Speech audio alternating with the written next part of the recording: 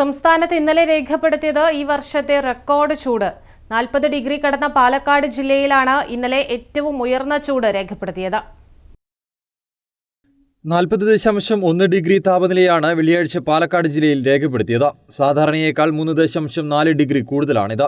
ചൂട് കൂടിയതോടെ 12 ജില്ലകളിൽ ഇന്നും താപനില മുന്നറിയിപ്പുണ്ട്. ഇടുക്കി, വയനാട് ഒഴികെയുള്ള ജില്ലകളിലാണ് യെല്ലോ അലർട്ട്. തുടർച്ചയായി കൂടുതൽ സമയം അൾട്രാവയലറ്റ് രശ്മികൾ ശരീരത്തിലേൽക്കുന്നത് സൂര്യാതപത്തിനും ത്വക്ക് രോഗങ്ങൾക്കും നേത്രരോഗങ്ങൾക്കും മറ്റ് ആരോഗ്യ പ്രശ്നങ്ങൾക്കും കാരണമായേക്കാമെന്നും പൊതുജനങ്ങൾ സുരക്ഷാ മുൻകരുതലുകൾ സ്വീകരിക്കണമെന്നും കാലാവസ്ഥാ നിരീക്ഷണ കേന്ദ്രം മുന്നറിയിപ്പ് നൽകിയിട്ടുണ്ട്. പകൽ 10 മണി മുതൽ 3 മണി വരെയുള്ള സമയങ്ങളിലാണ് ഉയർന്ന അൾട്രാവയലറ്റ് സൂചിക രേഖപ്പെടുത്തുന്നത്. അതിനാൽ ആ സമയങ്ങളിൽ കൂടുതൽ നേരം ശരീരത്തിൽ നേരിട്ട് സൂര്യപ്രകാശം ഏൽക്കുന്നത് പരമാവധി ഒഴിവാക്കണമെന്നാണ് നിർദ്ദേശം.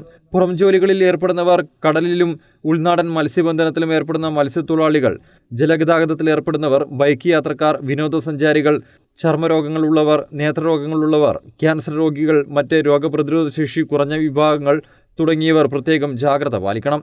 പകൽ സമയത്ത് പുറത്തേക്ക് ഇറങ്ങുമ്പോൾ തൊപ്പി, കുട, സൺഗ്ലാസ് എന്നിവ ഉപയോഗിക്കാൻ ശ്രമിക്കണം.